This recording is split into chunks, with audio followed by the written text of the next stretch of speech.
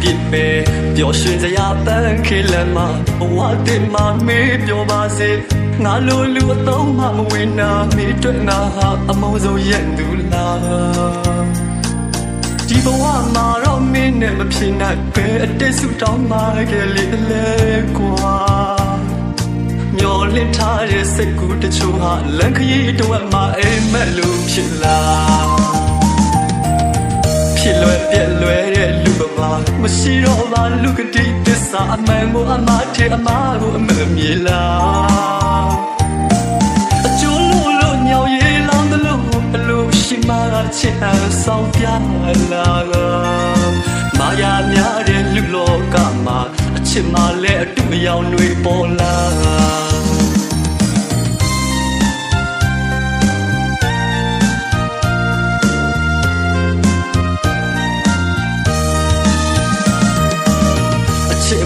မရှိတဲ့တနေရာရှိလေအပြေးလန်းလာမှာအချစ်ရှိရဲ့မုံတွေရှိမဲ့အချစ်မုံတွေငါပူလောင်လို့နဲ့အချစ်မုံမရှိမှ